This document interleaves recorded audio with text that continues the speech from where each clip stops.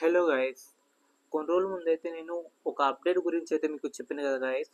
So ఆ update ఏంటి, ఆ అప్డేట్ ఒకవేళ వస్తే మనకు వ్యూస్ కూడా వస్తాయి అండ్ రెవెన్యూ కూడా ఎక్కువ వస్తుందని మీ అందరికి చెప్పాను కదా గైస్.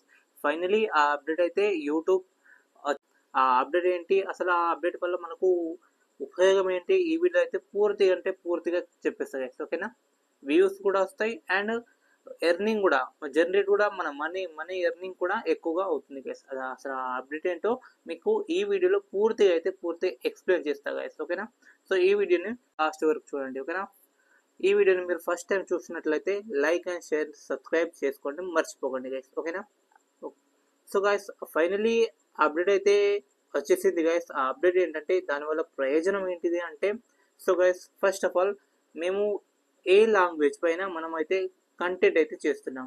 నేనైతే తెలుగు లాంగ్వేజ్ పైన అయితే కంటెంట్ అయితే చేస్తున్నాను గైస్. ఓకేనా, తెలుగు లాంగ్వేజ్ పైన కంటెంట్ చేస్తున్నా.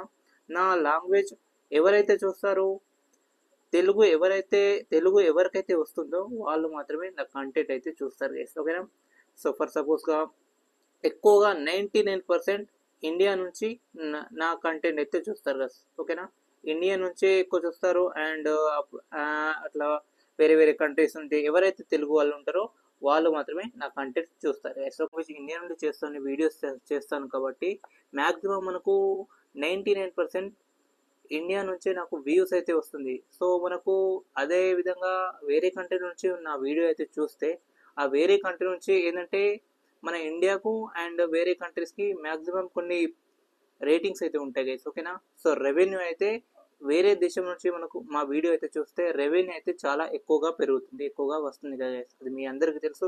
ఫర్ సపోజ్గా ఇండియా నుంచి ఒక 10 మిలియన్, ఒక వీడియోకు ఒక 10 మిలియన్ వ్యూస్ వస్తే ఇండియాకు ఎన్ని డబ్బులు వస్తాయంటే గైస్, ఒక మాన్లీ ఒక అనుకుందాం ఒక $100.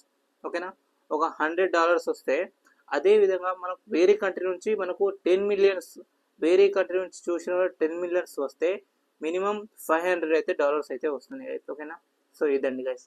ఇట్లా మనకు ఎట్లా అయితే రెవెన్యూ అయితే ఎక్కువ అంటే ఎక్కువ జనరేట్ అవుతుంది, వేరే దేశం నుంచి చూస్తే ఎక్కువ ఎక్కువ అయితే రెవెన్యూ జనరేట్ అవుతుంది గైస్. ఓకేనా, ఆ అప్డేట్ ఏంటంటే గైస్, ఇప్పుడు ఫర్ సపోజ్గా మనం తెలుగు వీడియోస్ చేస్తున్నాం, తెలుగు లాంగ్వేజ్తోని మనం వీడియోస్ చేస్తే డైరెక్ట్లీ ఏమవుతుందంటే అక్కడ ఏఐ నుంచి డైరెక్ట్ కొలాబరేట్ అవుతుంది గైస్.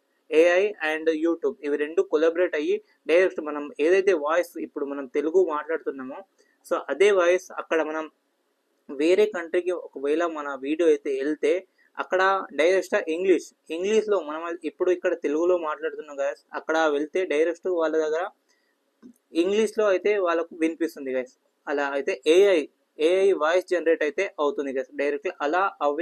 అలా అయితే మనకు వ్యూస్ కూడా ఎక్కువ వస్తాయి అండ్ ఎర్నింగ్ కూడా ఎక్కువ వస్తుంది గైస్. ఓకేనా, ఇది అండి ఒక మంచి అప్డేట్. ఓకేనా, సో ఆ అప్డేట్ ఇంకా నాకు రాలేదు ఎందుకంటే నా ఛానల్ ఇంకా మానిటైజ్ కాలేదు గాయస్. ఓకేనా, ఆ మానిటైజ్ అయితే నా ఛానల్ అయితే కాలేదు. సో ఆల్రెడీ మీకు ఒకవేళ మీ ఛానల్ అయితే మానిటైజ్ అయ్యి ఉంటే మీకు ఆల్రెడీ ఆ ఫ్యూచర్ అయితే ఎనేబుల్ అవుతుంది.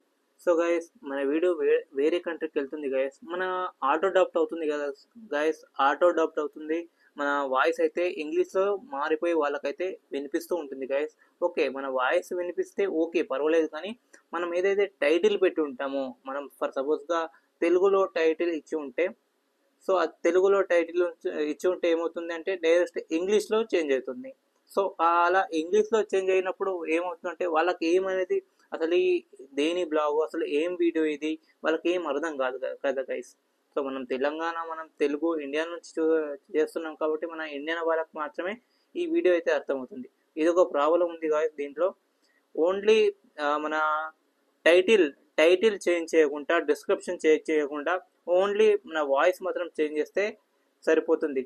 మీకు ఈ వీడియో అర్థమై ఉంటే సో గైస్ వెంటనే like and share and subscribe చేయండి గైస్.